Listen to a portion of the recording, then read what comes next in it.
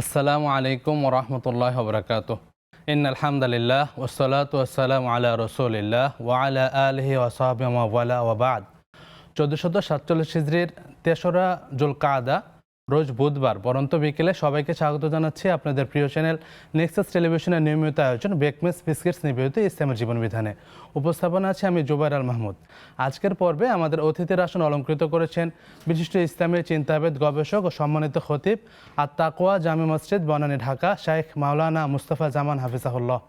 আসসালামু আলাইকুম ওয়া রাহমাতুল্লাহি ওয়া বারাকাতুহু। ওয়ালাইকুম আসসালাম ওয়া রাহমাতুল্লাহি ওয়া বারাকাতুহু। শেখ কেমন আছেন? আলহামদুলিল্লাহ, আপনি ভালো আছেন? আলহামদুলিল্লাহ, আমরা সবাই ভালো আছি। নেক্সাস পরিবারের পক্ষ থেকে আপনাকে স্বাগত জানাচ্ছি। জাযাকুমুল্লাহু খাইরান। ও ইয়াক। আমিন। প্রিয় দর্শক, আপনারাও সংযুক্ত হতে পারেন আমাদের সাথে স্ক্রিনে প্রদর্শিত নম্বরটিতে ফোন কলের মাধ্যমে। পাশাপাশি কমেন্ট করতে পারেন আমাদের ফেসবুক লাইভে। ফলো করুন Nexus television Islamic Facebook page এবং সাবস্ক্রাইব করুন নেক্সাস টেলিভিশন ইসলামিক। প্রিয় দর্শক, হজ ইসলামের অন্যতম স্তম্ভ এবং পঞ্চম স্তম্ভের একটি আমরা সকলেই জানি। আর চলছে এখন হজের মাস। মুমিন মাত্র, মুসলিম মাত্র সবারই মনে একটা আকাঙ্ক্ষা, আমরা বাইতুল্লাহ যাব, বাইতুল্লাহ জিয়ারত করব। আর সেই মুসাফির তো সবচেয়ে উত্তম মুসাফির যিনি বাইতুল্লাহর মুসাফির। রাসূলুল্লাহ সাল্লাল্লাহু আলাইহি ওয়াসাল্লাম তার হাদিসে বলেছেন, আল গাজি ফি সাবিলিল্লাহ ওয়াল হাজ ওয়াল মুতামির ওয়াফদুল্লাহ। অর্থ বলা হচ্ছে যে আল্লাহর পথে লড়াইকারী, হজ পালনকারী এবং উমরা পালনকারী তারা হলো আল্লাহর অতিথি বা মেহমান, এবং তারা আল্লাহর ডাকে সাড়া দিয়ে তার আহ্বানে সাড়া দিয়েছেন। তেমনভাবে আল্লাহ সুবহানাহু ওয়া তাআলা তাদের আহ্বানে সাড়া দেন। হাদিসটা এসেছে ইবনে মাজাতে। আমরা এই সম্পর্কে শাইখের কাছ থেকে আরো বিস্তারিত জানবো ইনশাআল্লাহ। শাইখ, আজকে আলোচনার বিষয় বাইতুল্লাহর মুসাফির বা যিনি হজ বা উমরা পালন করেন, আর তার তো সৌভাগ্য নিঃসন্দেহে। কোরআন সুন্নাহ এই বিষয়ে আর কি বলে থাকে? জি, জাযাকাল্লাহু খাইরান। বিসমিল্লাহ ওয়াসসালাতু ওয়াসসালামু আলা রাসূলিল্লাহ ওয়া আলা আলিহি ওয়া সাহবিহি আজমাইন। আপনি প্রথমে একটা লোভনীয় হাদিস এখানে পেশ করেছেন আজকের টপিকের সাথে জড়িত। আল হাজ্জু ওয়াফদুল্লাহ, হাজি সাহেব আল্লাহর প্রতিনিধি, আল্লাহর মেহমান। বুয়ুতুর রহমান, দুয়ুফুর রহমান, রহমান আল্লাহ সুবহানাহু ওয়া তাআলার মেহমান। আসলে এই শব্দটা শুনলে ভিতরে একটা আনন্দে পুলকিত হতে হয় যে বাইতুল্লাহর মুসাফির। যে বাইতুল্লাহ হচ্ছে কোরআনের ভাষায় সূরা আল ইমরান ৪র্থ পারা ১ম পৃষ্ঠা আসছে খুব জোরালো ভাষায়, ইন্না আউওয়ালা বাইতিন ওযিআ লিন-নাস লাল্লাযী বিবাক্কা মুবারাকান ওয়া হুদাল লিল আলামিন। যে এই বাইতুল্লাহ, কাবা ঘর, এটা প্রথম নির্মিত ঘর মানব জাতির জন্য। এটা বরকতময়। বরকতটা এটা নয় যে যার টাকা আছে, বাড়ি আছে, গাড়ি আছে, প্রচুর অর্থ সম্পদ আছে, এটা বরকত নয়। কারণ অনেকের মানুষের অর্থবিত্ত আছে কিন্তু খেতে পারে না, খাওয়া বন্ধ হয়ে গেছে। আবার দেখা যায় ওই গরিব লোকটা ওই ধনী লোকের বাসায় কাজ করছে, চাকরি করছে, কিন্তু সুন্দরভাবে সে খেতে পারছে। তো বরকতটা আলাদা জিনিস, কিন্তু এই ঘরটাকে বরকতময় করা হয়েছে। এটা একটা উৎস, এটা শিকড়। এখানে যে যায় মনে আনন্দ পেয়ে যায়, মনে হয় কি শিকড়ে চলে আসছে। সুবহানাল্লাহ। একজন মানুষ বৃদ্ধ, উনি যখন এই গুলশান বনানী ছেড়ে চলে যান গ্রামের বাড়িতে, তখন বলে এই যে এখানে আমরা ছোট্টকালে শৈশবে কৈশোরে কত সুন্দর জীবন আমরা কাটিয়েছি। এই ঘরের চাল থেকে পানি পড়তো, এখানে এই পাত্র, ওখানে ওই পাত্র দেওয়া হতো। এটা বলতে গিয়ে কিন্তু সে আবেগ আপ্লুত হয়েছে, আনন্দিত হচ্ছে, কারণ এটা তার শিকড়, এখান থেকে তার উৎস, এখান থেকে তার পথ চলা জীবন শুরু হয়েছে। ঠিক তেমনিভাবে মানব জাতির সূচনা লগ্ন এটা ওখানে, যে ওখানে চলে যায় এটা আনন্দ সে অনুভব করে থাকে। এই জন্য বাইতুল্লাহ মুসাফির শব্দটা শুনলি আনন্দে পুলকিত হতে হয়। এই বাইতুল্লাহ আল্লাহ তাআলা ফেরেশতাদের নির্মাণ করেছেন, পরবর্তীতে একাধিকবার পুনর্নির্মাণ হয়েছে, এবং এই বাইতুল্লাহ পুনর্নির্মাণ করেছিলেন ৪র্থবার মুসলিম মিল্লাতের পিতা হযরত ইব্রাহিম খলিলুল্লাহ আলাইহিস সালাতু ওয়াস সালাম। শেখ, বাইতুল্লাহ ইতিহাস সম্পর্কে জানবো, আমরা দর্শকদের যুক্ত করছি ইনশাআল্লাহ। আসসালামু আলাইকুম রাহমাতুল্লাহ। ওয়ালাইকুম আসসালাম। আসসালামু আলাইকুম রাহমাতুল্লাহ। জি ভাই, পরিচয় দিয়ে প্রশ্নটি করুন। প্রথমে শুভেচ্ছা জানাচ্ছি যে প্রশ্ন নিচ্ছেন এবং উত্তর দিচ্ছেন মাওলানা আব্বাস সাহেব, মুস্তাফা জামান আব্বাস, দুজনেই আমার খুব প্রিয় মুখ। প্রশ্ন স্যার শুনছেন অবশ্যই?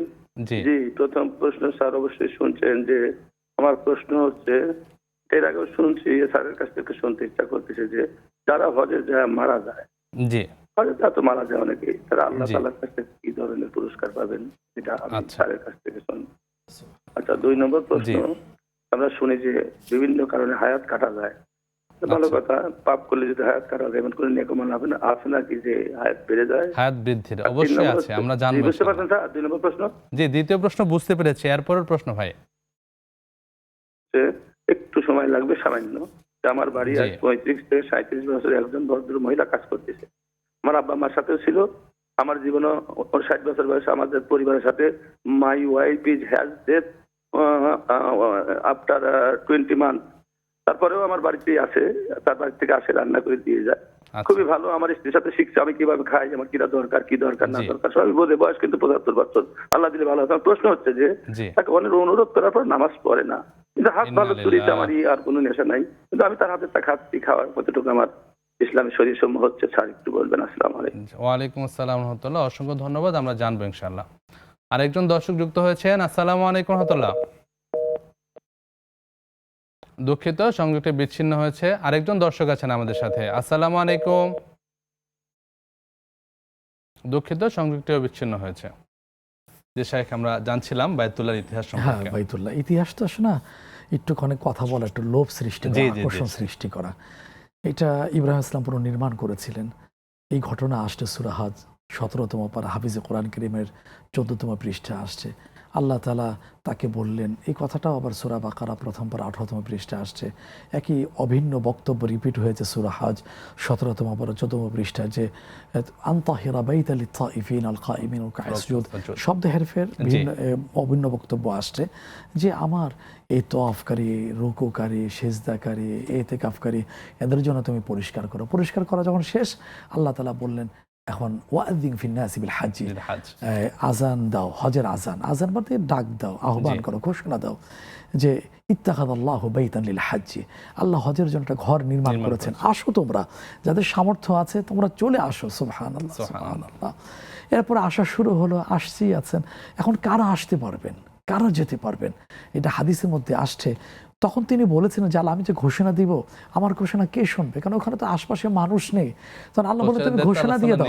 হ্যাঁ, আল্লাহ তাআলা এটা পৌঁছে দেওয়া হলো। আমরা তো ওই সময় কি ছিলাম না। ওই সময় যারা ছিলেন তারাও শুনলেন, তাদের কানে পৌঁছে গিয়েছে। আর আলামুল আরওয়াহ, রুহে যোদ্ধা যে ছিলেন তারাও শুনলেন। শুনে যারা বলছেন লাব্বাইক, সাড়া দিয়েছেন, উত্তর দিয়েছেন, তারা কিন্তু একবার হলেও যাবেন। এখন ওখানে তারা যাচ্ছেন। আপনার ওই কথাটাই শেষে বলছি, আল হাজ্জু ওয়াফদুল্লাহ, হাজি সাহেব উনি হচ্ছেন আল্লাহর মেহমান, আল্লাহর ওয়াফদ, আল্লাহর প্রতিনিধি। আবার সাধারণত ওই হজ সিজনে এই ঘোষণাটা আসে, ইয়া দুয়ুফার রহমান, শব্দটা হৃদয় টাচ করে যে রহমানের মেহমানগণ কার মেহমান, মেজবানটা কে? তিনি হচ্ছেন রব্বুস সামাওয়াতি ওয়াল আরদ, আসমান জমিনের রব, ওয়াহাব, মহাদাতা। পৃথিবীর সমস্ত মাখলুক সৃষ্টির সমস্ত চাহিদা পূরণ করার পর বিন্দু পরিমাণ খাজানায় ভান্ডারে কোনো কমতি নেই, তার মেহমান বলা হয়েছে। এখন সেইখানকার মুসাফির, চারটেখানি কথা, অমুক নেতা, তমুক নেতা, এই লিডার, সেই লিডার, আগডুম বাগডুম, তার কাছে গিয়েছিলাম, তার ওখানে যাচ্ছি, ইত্যাদি ইত্যাদি করার জন্য এটা আমরা গর্ব করি। কিন্তু যিনি রব, যিনি সর্বশক্তিমান, তার ঘরে আমরা যাচ্ছি। ফালিয়াবুদু রাব্বা হাযাল বাইত, সূরা কোরআনে আসছে এই ঘরের দিকে তাকিয়ে যে এই ঘরের রবের তোমরা ইবাদত করো। শুধু ওখানে সফায় আলোচনা শুনছিলাম শেখ, আমরা আরো শুনবো ইনশাআল্লাহ, দর্শকদের যুক্ত করছি ইনশাআল্লাহ। আসসালামু আলাইকুম রাহমাতুল্লাহ। আসসালামু আলাইকুম, কে আছেন?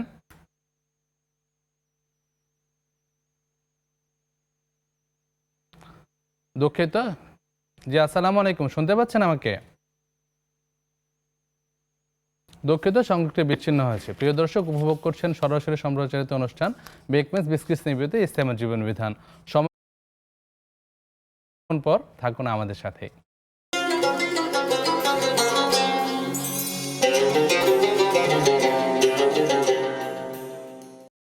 আসসালামু আলাইকুম ওরহমতুল্লাহ। প্রিয় দর্শক, বিরতির পর আবারও স্বাগত জানাচ্ছি আপনাদের প্রিয় অনুষ্ঠান বেকমেস বিস্কিট নিবেদিত ইসলামের জীবন বিধানে। আমাদের সাথে আছেন শাইখ মাওলানা মুস্তাফা জামান হাফিজাহুল্লাহ। শাইখ, বিরতির পর আবারও স্বাগত জানাচ্ছি। বিরতির পূর্বে চমৎকার আলোচনা করছিলেন বায়তুল্লাহর মুসাফির এই সম্পর্কে। সর্বশেষ সূরা কুরাইশের আয়াতটা পাঠ করছেন, ফালিয়াবুদু রাব্বা হাযাল বাইত। আল্লাহ তো বললেন যে এই ঘরের রবের তোমরা ইবাদত করো। সেই ঘর তো আমরা দেখতে পাচ্ছি না, 4000 মাইল দূরে বসে আমরা সেই রবের ইবাদত করছি।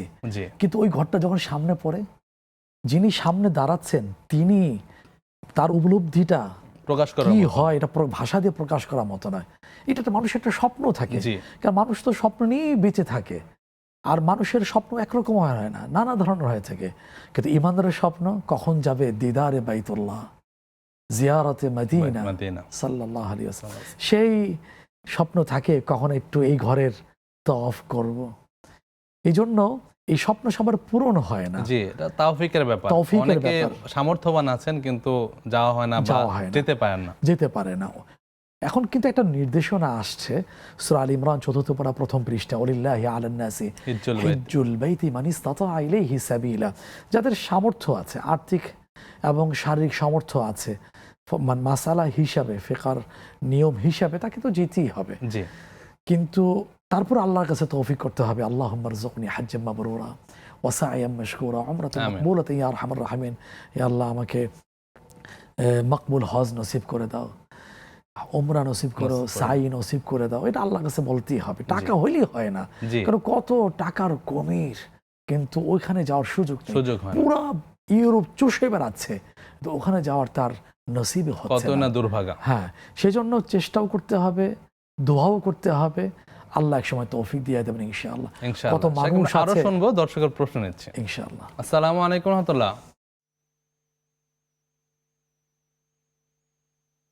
আসসালামু আলাইকুম, শুনতে পাচ্ছি আপনাকে।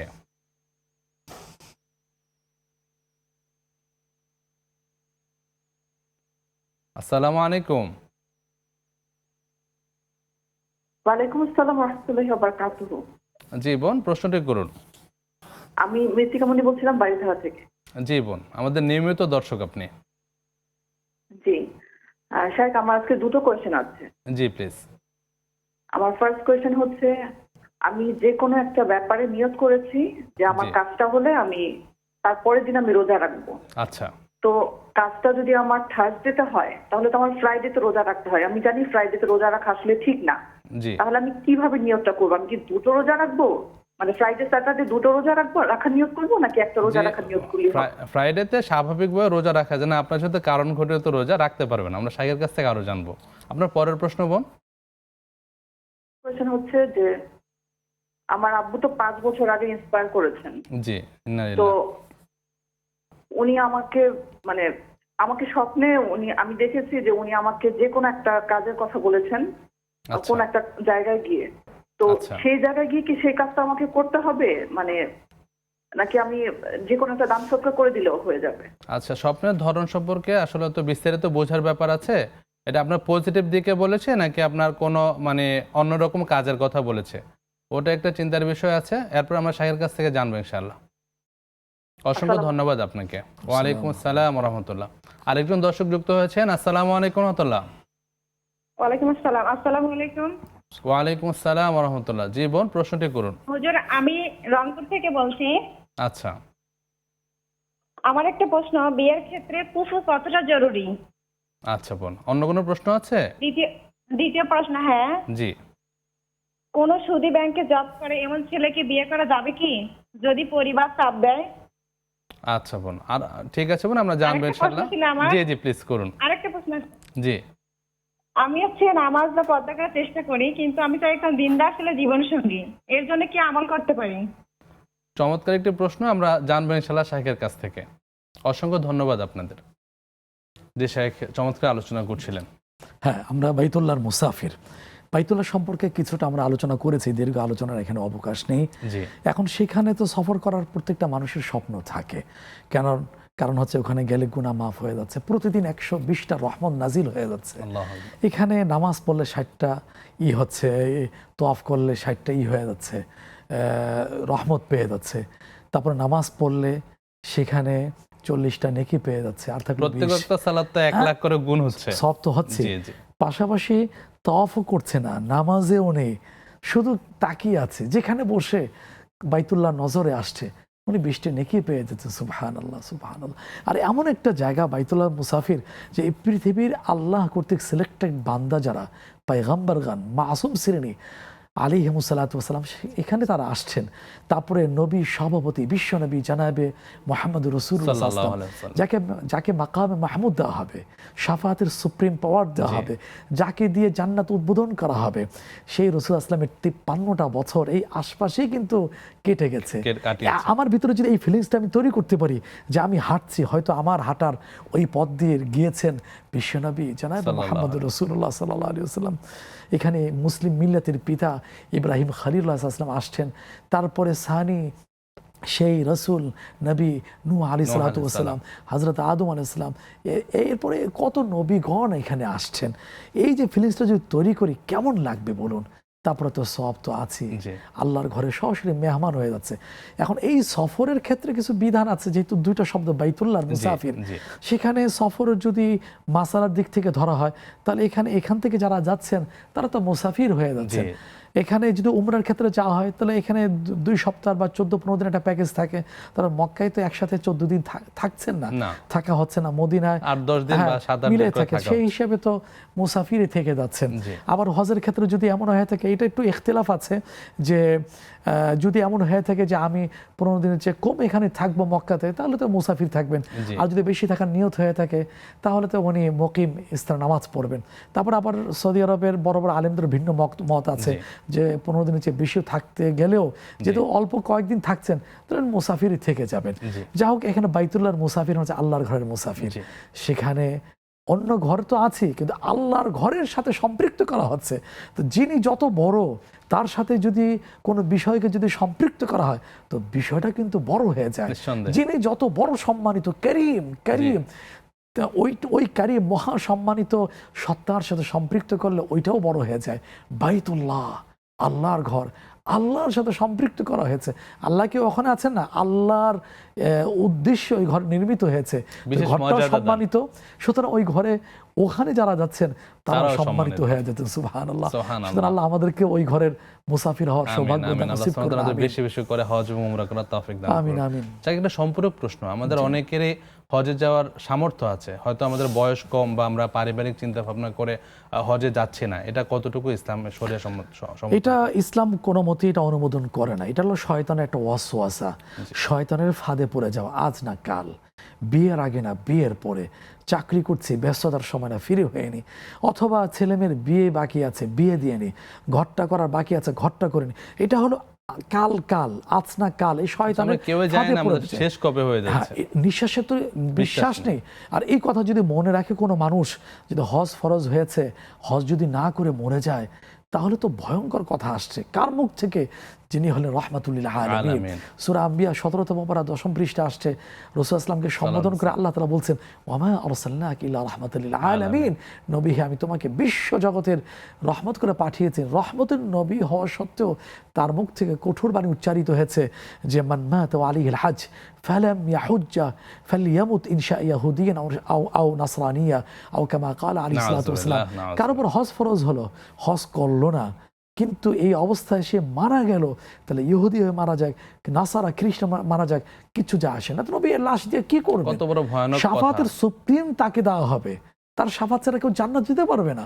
সেই নবী সাল্লাল্লাহু আলাইহি ওয়াসাল্লাম মুখ থেকে কথা বেরিয়ে আসছে। সুতরাং হজ ফরজ হওয়ার পরে কেমনে আমি বসে থাকি? আর আমাদের এই অঞ্চলের মধ্যে একটা ভুল চিন্তা ব্যাপকতা লাভ করেছে যে অল্প বয়সে হজ করলে এসে কি হজ ঠিক রাখতে পারবো? কেন? হজের সিরিয়াল তো পরে, ইসলামের 5 স্তম্ভের শুরুতে হলো নামাজ, অন্যান্য ইবাদত আছে, তো সেগুলো রেগুলার করে আমি কি ব্যবসা করছি না, চাকরি করছি না, আমার জীবন নির্বাহ আমি কি করছি না এটা? সুতরাং আমি কেন করছি? অথচ এত বড় ফজিলতের কথা আসছে, আল হাজ্জুল মাবরুর লাইসা লাহু জাযা ইল্লাল জান্নাহ। কেউ যদি হালাল টাকায় আল্লাহকে খুশি করার জন্য ফালা রাফাথা ওয়ালা জিদালা ওয়ালা ফুসুকা ওয়ালা জিদালা ফিল হজ্জে, অশ্লীল কাজ করলো না, অশ্লীল কথা বললো না, অন্যায় কথা বললো না, অন্যায় কাজ করলো না, এই অবস্থায় যদি ঠিকঠাক মতো হুকুম পালন করে চলে আসে, সে একবারই তার প্রতিদান হলো জান্নাত ছাড়া আর কিছুই না। তারপর আরেকটা হাদিসে আসছে এমনভাবে সে নিষ্পাপ হয়ে আসবে, রাজা কায়াউমি ওয়ালাদাতহু উম্মু, সে সদ্য ভূমিষ্ঠ শিশুর মতো নিষ্পাপ হয়ে ফিরে আসবে। সুতরাং এত বড় সুসংবাদ কেন আমি আসবো না। আরেকটা হাদিস আসছে যে আল হাজ্জু ইয়াহদিমু মা কানা ক্বাবলা মাকবুল হজ, পিছনে সব গুনাহ মাফ করে দেওয়া। অনেক বক্তব্য আসছে। সুতরাং কারো যদি চিন্তা আসে আমার হজ ফরজ হয়েছে, হজ ফরজ হওয়ার জন্য বেশি কিছু লাগে না। আমরা যে কথাটা মানে প্রাসঙ্গিক বলেছিলাম যে সূরা আলী ইমরান ৪th পারা ১ম পৃষ্ঠা আসছে মানিস তাতা ইলাইহি সাবিলা, আসা যাওয়ার খরচ আছে। আমি যদি হেড অফ দ্য ফ্যামিলি হয়ে থাকি, আমার অনুপস্থিতি তাদের খরচ দিয়ে যাওয়ার সামর্থ্য থাকে, আর যে কদিন আমি যদি যাচ্ছি ওইটার খরচ যদি আমার দেওয়ার সামর্থ্য থাকে, তাহলে হজ ফরজ যাচ্ছে। এখন তো ৫ লাখ প্লাস টাকা থাকলে হজ ফরজ যাচ্ছে। আল্লাহ তাআলা আমাদের যখনই হজ ফরজ সাথে সাথে করে ফেলা তৌফিক দান করুন। দর্শকদের যুক্ত করছি ইনশাআল্লাহ। আসসালামু আলাইকুম ওয়া রাহমাতুল্লাহ। ওয়ালাইকুম আসসালাম রাহমাতুল্লাহ। জি বোন, প্রশ্নটি করুন। আর আমার প্রশ্ন হলো যে টাকা পয়সা মানুষের কাছে পাওয়া যাবে, খালি ঘুরাচ্ছে দিচ্ছে না, এটা কোন আমল করলে টাকাগুলো উঠে আসবে? খুব কঠিন একটি প্রশ্ন করেছেন বোন। সামাজিক প্রেক্ষাপট আসলে দিন দিন খুবই খারাপ এবং কঠিন একটি বাস্তবতা। এই সম্পর্কে আমরা জানবো ইনশাআল্লাহ বিরতির পর। প্রিয় দর্শক, উপভোগ করছেন বেকমেস বিস্কিটস নিয়ে বিরতি ইসলামের জীবন বিধান। সময় হলো আরেকটি বিরতিতে যাবার, ফিরছি অল্প সময় পরে। থাকুন নেক্সাসের সাথে।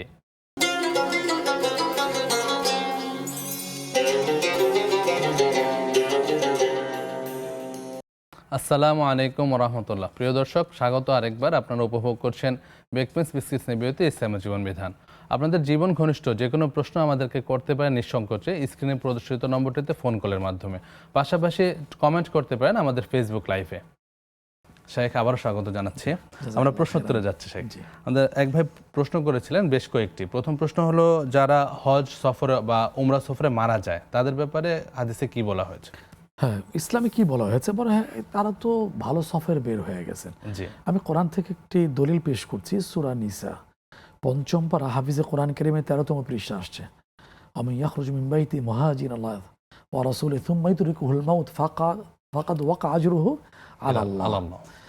এখানে কেউ যদি আল্লাহর জন্য বেরিয়ে যায় আল্লাহর রাস্তায়, সেখানে যদি মারা যায় তার প্রতিদান আল্লাহর কাছে পৌঁছে গেছে। সুবহানাল্লাহ। সুবহানাল্লাহ। আল্লাহর প্রতিদান তো জান্নাত ছাড়া কি হতে পারে? জান্নাত ছাড়া আর কিছুই না। সুতরাং এখানে বিশাল বড় পুরস্কার কথা আসছে।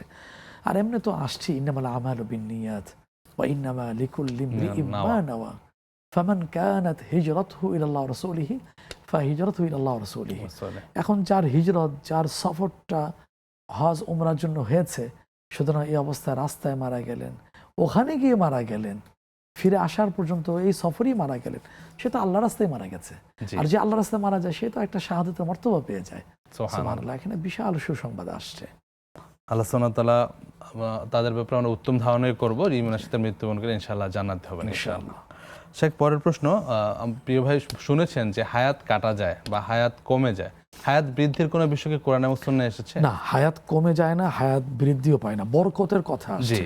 কারণ একটা কথা আমাদের মনে রাখা দরকার, ঈমান পরিশুদ্ধ রাখার স্বার্থে সূরা আরাফ ৮ম পারা হাফিজে কোরআন কারীমের 13তম পৃষ্ঠা আসছে, ওয়ালিকুল্লি উম্মাতিন আজাল।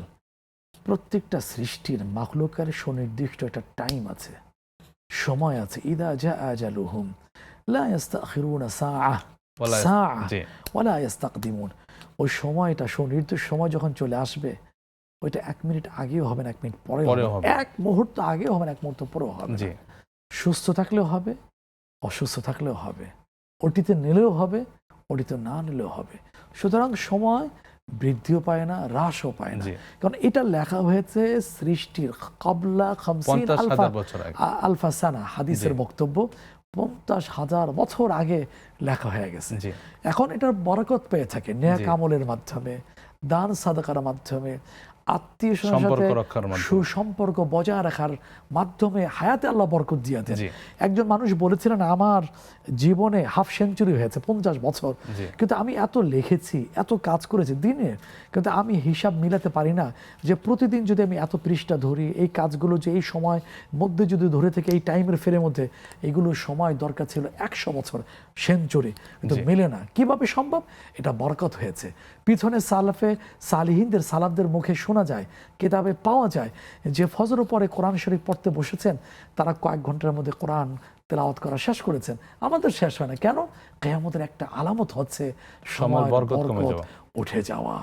ঠিক তেমনিভাবে হায়াত যার যতটুকু, যেই বছর, যেই মাস, যেই সপ্তাহ, যেই দিন, যেই ঘন্টা, যেই মুহূর্ত, ওইটা হবে কিন্তু বারাকাত হয়ে থাকে। জি।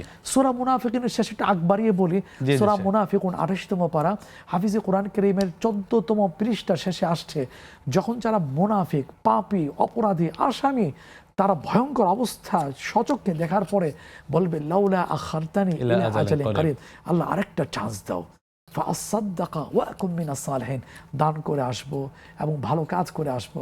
ওয়ালাই ইউআখিরাল্লাহু নাফসান ইযা জাআ আজালুহা। ইযা জাআ আজালুহা, এটা এক মুহূর্তে বাড়িয়ে দেওয়া হবে না। যেমন দুইজন মানুষকে গোটা শেখ, আমরা পৃথিবীর, আরো শুনবো, দর্শক বেশ কয়েকজন অপেক্ষমান। ইনশাআল্লাহ। আসসালামু আলাইকুম রহমতুল্লাহ। ওয়ালাইকুম আসসালাম। জি, কে বলছেন? প্রশ্নটি করুন। আমি রাইতা বলছি, আমি কিছু প্রশ্ন করতে পারি? জি, অবশ্যই পারেন, বলুন। আমার না পড়াশোনা করতে মন চায় না, আমি এমন কি আমল করলে আমার পড়াশোনা করতে মন যাবে? প্রশ্ন করতে পারার আমল, তাই তো? না, পড়াশোনা পড়াশোনার আমল, জি, বুঝতে পেরেছি। অন্য পরের প্রশ্নটি কি আপনার? অসংখ্য ধন্যবাদ আপনাকে। আসসালামু আলাইকুম রহমতুল্লাহ। আরেকজন দর্শক যুক্ত হয়েছেন। আসসালামু আলাইকুম রহমতুল্লাহ।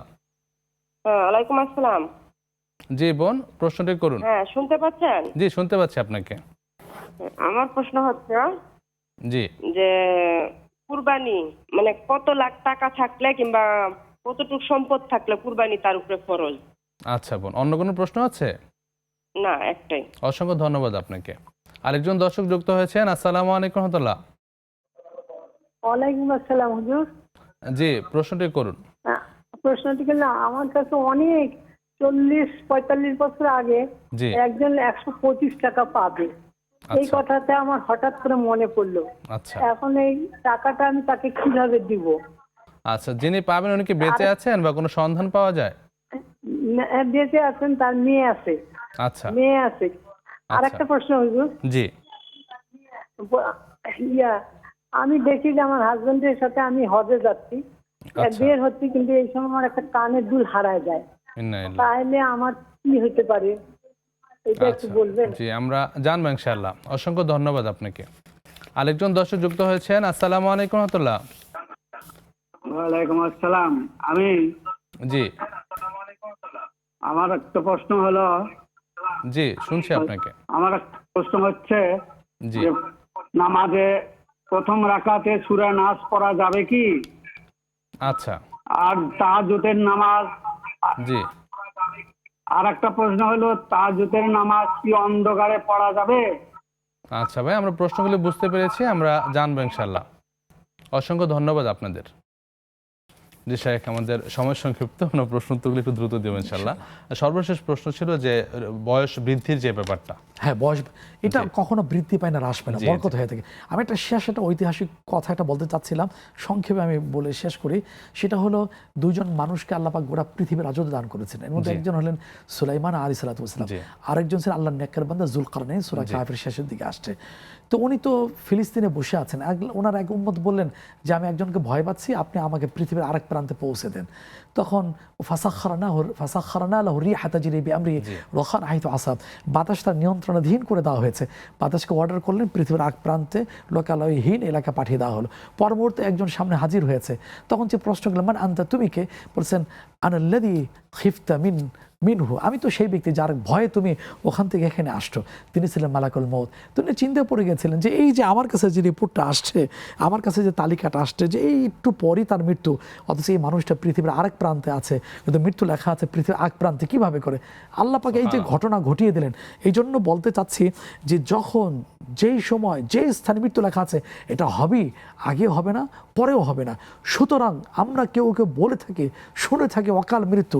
অকাল মৃত্যু বলতে কি কিছু নেই। কথা বলেন, পরীক্ষক শিরকি তিনি, কথা এটা। পরীক্ষক তিনি, যার জন্য যে সময়টা মুনাসিব উপযোগী মনে করে সেটা নির্ধারণ করেছেন। এটাও আকীদার একটা অংশ, সেটা আমাদের পোষণ করতে হবে। বারাকাল্লাহ নেক ফিক আমল, আবার বলি নেক আমল, আত্মীয়তার সাথে সাথে সম্পর্ক বজায় রাখা, এগুলোর মাধ্যমে হায়াতে বরকত হয়ে বারাকা থাকে, লাভ করে। রিজিকে বরকত হয়ে থাকে। মূল বিষয়টা এটি শেখ, আমাদের মানে হায়াত কোনোভাবে বৃদ্ধি পায় না। হাদিসে যে বিষয়গুলি করার ব্যাপারে উৎসাহ দেওয়া হয়েছে, বিশেষ করে আপনার নেক আমল এবং আত্মীয়তার সম্পর্ক রক্ষা করা, ওগুলো আমরা বেশি বেশি করে এটা করব, করার তৌফিক দান করব, হায়াতে বরকত প্লাস রিজিকেও বরকত হয় ইনশাআল্লাহ। বারাকাল্লাহ ফিক শেখ। পরের প্রশ্ন ছিল যে এক ভাইয়ের বাসায় অনেকদিন যাবত এক মহিলা খেদমত দেয়, কিন্তু সে নামাজ পড়ে না, বাকি সকল কিছু ভালো আছে। আমি তার বলেছি দিক থেকে কিরকম? বয়স হলো 70 বছর। আল্লাহু আকবার। যতই ভালো বলি না কেন, জি গোটা পৃথিবী 800 কোটি মানুষের এই উপগ্রহে, গ্রহে যদি একটা মানুষকে ভালো বলে কিন্তু সে নামাজ না পড়ে, তাহলে স্রষ্টার দৃষ্টিতে সে হলো সবচেয়ে খারাপ।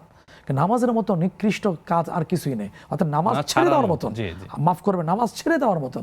সুতরাং নামাজ পড়ে না তার মতন খারাপ লোক দুনিয়াতে আর নেই। সুতরাং কথাটা শুনতে তিতা মনে হতে পারে, খারাপ মনে হতে পারে, এটাই খারাপ, এটাই সত্য কথা। কারণ যার নামাজ নাই, ইসলামে তার অংশ নাই। বিভিন্ন বক্তব্যে এই কথাটা প্রমাণিত হয়েছে।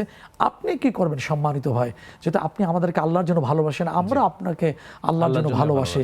আল্লাহ আপনাকে উত্তম বিনিময় দান করুক। আপনি চেষ্টা করবেন মোত্তাকি কোনো মানুষের হাতে রান্নাটা খাওয়ার জন্যে, আর আপনি তাকে বোঝানোর অনুরোধ করতেছি। তারপরে যদি না বুঝে আর কি করেন, আপনার চেষ্টা থাকবে মোত্তাকি লোকদের হাতে রান্না খাওয়া, এটার মধ্যে একটা বারাকা আছে। জাযাকাল্লাহ খাইর। পরের প্রশ্ন, আমাদের এক বোন জানতে চেয়েছেন যে তিনি নিয়ত করেছেন একটি কাজ হলে একটি সিয়াম পালন করবেন, ওই ক্ষেত্রে তার নিয়তের বা মানতের যে সিয়াম, ওটা কি শুক্রবার বা জুমার দিন? উনি সময়ের সাথে সম্পৃক্ত করে বলেছিলেন যে আমার কাজটা যদি যেদিন হবে সেদিন আমি সিয়াম পালন করব, বৃহস্পতিবার হয়তো শুক্রবার করবো কিনা। হাদিসে আসছে শুধু জুমাবারে রোজা রাখা একটা মাকরুহ।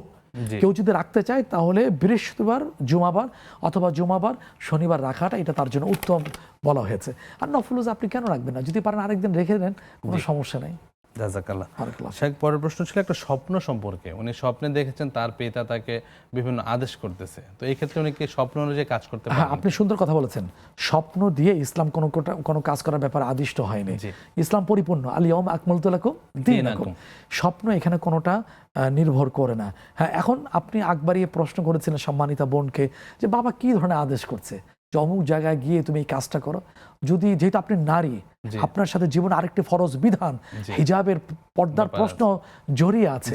এখন এই বিষয়গুলো বিবেচনা করে, ভালো কাজের বিষয় বিবেচনা করে আপনি দেখবেন যে এই কাজটা করাটা শরীয়ত সম্মত কিনা।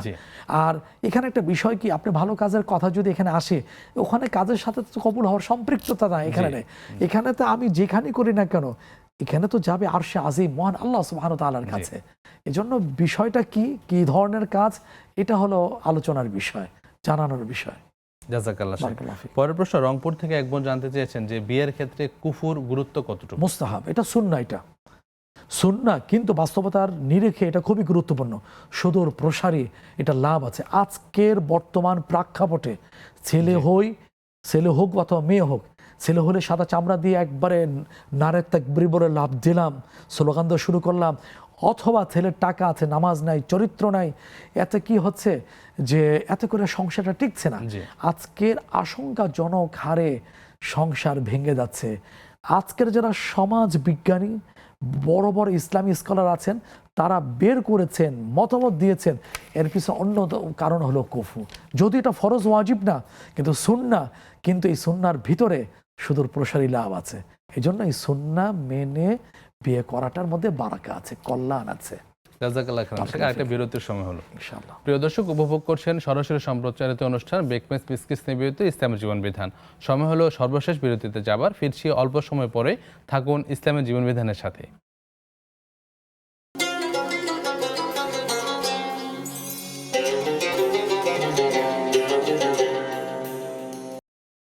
আসসালামু আলাইকুম রহমতুল্লাহ। প্রিয় দর্শক, সর্বশেষ বিরতির পর আবারও স্বাগত জানাচ্ছি আপনাদের প্রিয় অনুষ্ঠান ইসলামী জীবন বিধানে।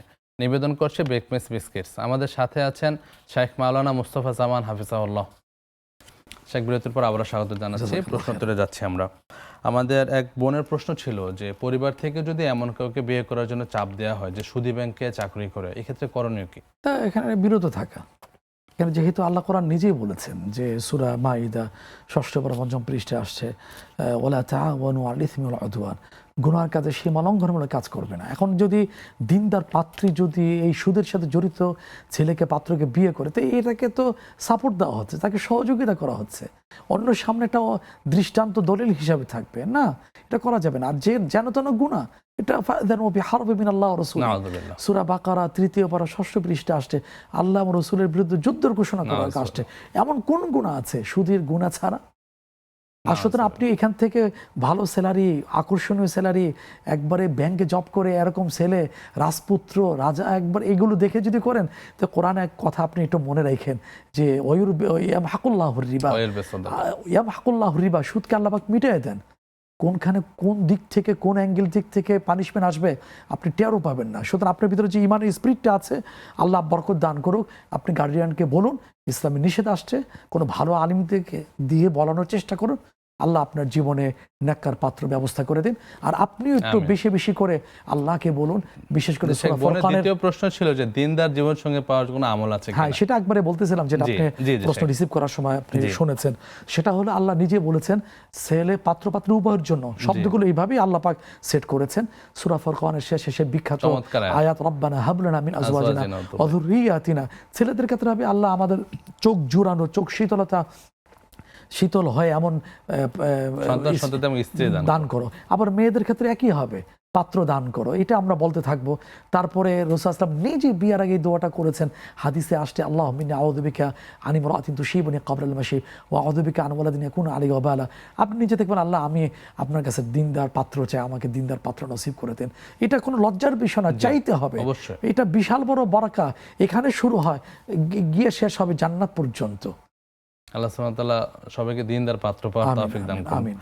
শেখ, পরের প্রশ্ন আমাদের একটা সামাজিক একটি খারাপ অবস্থা বলতে গেলে, যে অনেকে টাকা পয়সা নেয় কিন্তু ফেরত দেন, তো যিনি পাওনাদার কিভাবে ফেরত পেতে পারেন বা কোনো আমল আছে কিনা? হ্যাঁ, সুন্দর কথা বলেছেন আপনি। যেটা বলেছেন আসলে ইসলামের দৃষ্টিতে এটা খুব সওয়াবের কথা বলা হয়েছে, কর্জে হাসানা।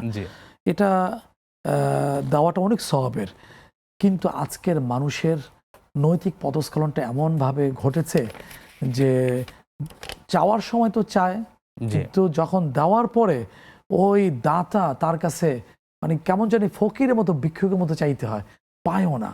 সেজন্য বাস্তবতার আলোকে না দেওয়াটার অনেক কথা বলে থাকেন। আর কেউ যদি দিতেই চায়, টাকা বেশি হয়ে থাকে, তাহলে আপনার সামর্থ্যে যতটুকু সম্ভব অতটুকু দিয়ে দেওয়া, এই নিয়তে যে আমি আর পাবো না, আল্লাহকে বলে আল্লাহ হয় দিলে দিল, না হলে যাক তুমি এটা আর পক্ষ থেকে তুমি কবুল করে নিও। এরপরে আসুন, ইসলাম তো লা দারারা ওয়ালা দিরার, ইসলাম নিজে অন্যকে ক্ষতি করার কোনো সুযোগ নেই, ক্ষতিগ্রস্ত হওয়ার কোনো সুযোগ নেই। সেক্ষেত্রে আপনি আইনের আশ্রয় নেন, যদি কোনো প্রমাণ থেকে থাকে আপনি আইনের আশ্রয় নিয়ে টাকাটা উত্তর করার চেষ্টা করুন। জাযাকাল্লাহ খাইরান। আমাদের এক ছোট্ট বন্ধু জানতে চেয়েছেন যে পড়াশোনার বৃদ্ধি বা বেশি বেশি করার বা জ্ঞান বৃদ্ধির জন্য কোনো আমল আছে কিনা? না, ছোট্ট বন্ধু যেটা বলেছিল সেটা পড়তে মনে চায় না, কারণ আমার জিজ্ঞেস করতে ইচ্ছা করে, মোবাইল দেখা হয়, গেমস খেলা হয়, আমি কি ল্যাপটপের সামনে বসি কার্টুন দেখি? যদি এগুলো হয়ে থাকে, এগুলোর থেকে সম্পূর্ণ বিরত থাকতে হবে। মা বাবা শুনছেন, আপনাদেরকে অনুরোধ করি ঘর থেকে এগুলো সম্পূর্ণ বিতাড়িত করতে হবে। যদি আপনি পারেন এগুলো কন্ট্রোল করতে, কন্ট্রোল করো, না হলে এগুলো রাখাই যাবে না। আজকের এগুলো মারাত্মক ক্ষতি হিসাবে সন্তানদের ক্ষেত্রে কাজ করছে। এরপরে আসুন আল্লাহকে বলে, আল্লাহ আমার মনোযোগ বাড়িয়ে দাও। আপনি পড়তে বসবেন ছোট্ট বন্ধু, আপনি বলবেন আল্লাহর শিখানো দোয়া, সূরা তাহা 16তম পারা 19তম পৃষ্ঠা শুরুতে আসছে রব্বি জিদনি ইলমা, আল্লাহ আমার ইলম বাড়িয়ে দাও। তারপরে হাদিসে আসছে বলা, ইয়া মুসাররিফাল কুলুব সাররিফ কলবি আলা তাআতিক, আমার ভালো কাজের দিকে আমাকে মনকে ঘুরিয়ে দাও। তারপরে ভালো কাজ করার জন্য, পড়াশোনা করার জন্য যে পরিবেশ দরকার, ওই পরিবেশটা তৈরি করা। পরিবেশটাকে আছে যে ঘরে, যে টেবিল চেয়ারে বসবো, এটা যদি থাকে, এগুলো যদি না থেকে থাকে, পরিবেশ তৈরি করে আল্লাহকে বলতে থাকা, আল্লাহ মনকে পড়াশোনার দিকে ঘুরিয়ে দেন। আমিন আমিন আমিন। চমৎকার বলছিলেন শেখ। আমরা পরের প্রশ্নে যাচ্ছি। আমাদের এক বোন জানতে চেয়েছেন যে কুরবানি দেওয়ার জন্য কি কি যোগ্যতা লাগে বা কুরবানির নিসাব? হ্যাঁ, সুন্দর কথা। একটা তো হাদিস আসছে, এ নিয়ে মতবিরোধ আছে হুকুমগত দিক থেকে, কারো কাছে ওয়াজিব, কারো কাছে সুন্নাহ। তবে বড় সাহাবী যার কাছ থেকে সবচেয়ে বেশি হাদিস বর্ণিত হয়েছে, মহান সাহাবী হযরতে আবু হুরায়রা রাদিয়াল্লাহু তাআলা, তিনি বলছেন, মান ওয়াজাদা সাআতান লিআন ইউদাহিয়া ফালাম ইউদাহি ফালা ইয়াকরা'আন্না মাসাল্লা। যার সামর্থ্য আছে, কেউ যদি সামর্থ্য থাকা সত্ত্বেও কুরবানি না দেয়, রাসূল সাল্লাল্লাহু আলাইহি ওয়াসাল্লাম একটা প্রচন্ড হুমকি হলো, ধামকি হলো, সে আমাদের ঈদগাহে নামাজের জায়গা না আসে। এই হাদিসের আলোকে ইমাম আবু হানিফা রাহমাতুল্লাহ তিনি ওয়াজিব, হ্যাঁ, আইনগত থেকে ধরেছেন। এখন ওয়াজিব কার উপরে? ওই 3টা দিন, একটা বর্ণনা আসছে, একটা মতে আসছে যে 10 জিলহজ, 10, 11, 12 সূর্যাস্ত পর্যন্ত কারোর কাছে যদি 52.5 তোলা রূপা বা সমমূল্য অর্থ যদি থেকে থাকে, তারপরে কোরবানি আদায় করাটা, এটা বিধানটা আরোপিত হয়ে যায়। জাযাকাল্লাহ শেখ। পরের প্রশ্ন, আমাদের 40-45 বছর আগে এক ভাইয়ের একজনের কাছ থেকে 125 টাকা পাওনা ছিল। এই ক্ষেত্রে ওনার সন্তানরা বেঁচে আছেন, কিভাবে ফেরত দিতে পারে? উনি যেটা বলেছেন সম্মানিতা বোন, যে এতটা দীর্ঘ সময়ের আগে নিয়েছিলেন, হঠাৎ করে মনে পড়েছে, এখন দায়িত্ব হলো ওই টাকা দিতে হবে। কোন টাকা? 125 টাকা নয়, আজকে ওই 40 বছর আগের যে 125 টাকা, বর্তমানে এটার যে মান, মূল্যবান ভ্যালু আছে, ওইটাই ওই ব্যক্তিকে দিতে হবে। উনি বলেছেন ওই নাই, ওনার মেয়ে আছে, তাহলে ওয়ারিসের কাছে এই টাকা ফেরত দিতে হবে। আপনি এই কথা বলতে পারবেন না আমি এত টাকা দিব, 40 বছর আগে 125 টাকা, এখন তো হয়ে যাবে অনেক টাকা, তা আপনি রেখেছেন কেন? এটা তো বান্দার হক, আপনি গুরুত্ব দেননি কেন? আজকের তিতা আগামী দিনের আখিরাতের তুলনা অনেক ভালো। সুতরাং যত দ্রুত সম্ভব আপনি দিয়ে দেন মেয়ের সাথে, ওই ব্যক্তির ওয়ারিস সাথে দ্রুত আপনি আলাপ করুন যে আমি মাপ চাই, সরি, আস্তাগফিরুল্লাহ, আল্লাহ আমি দিতে পারি নাই, আমি এখন দিতে পারছি না, আমি আজকে দিচ্ছি, কালকে দেব, এইভাবে ভাগ করে দিয়ে দেবো। একেবারে সংক্ষেপ, আমরা সংক্ষিপ্ত 2টি প্রশ্ন উত্তর নেই। সূরা, কোন নামাজে প্রথম রাকাতে সূরা নাস পড়া যাবে কিনা? পড়া যাবে, কিন্তু এটা সুন্নতের খেলাফ, সিরিয়াল ভঙ্গ হচ্ছে। জাযাকাল্লাহ শেখ। পরের প্রশ্ন ছিল তাহাজ্জুদের সালাত অন্ধকারে আদায় করা যাবে? তাহাজ্জুদ কেন, কোন নামাজি ঘোর অন্ধকারে পড়া মাকরুহ।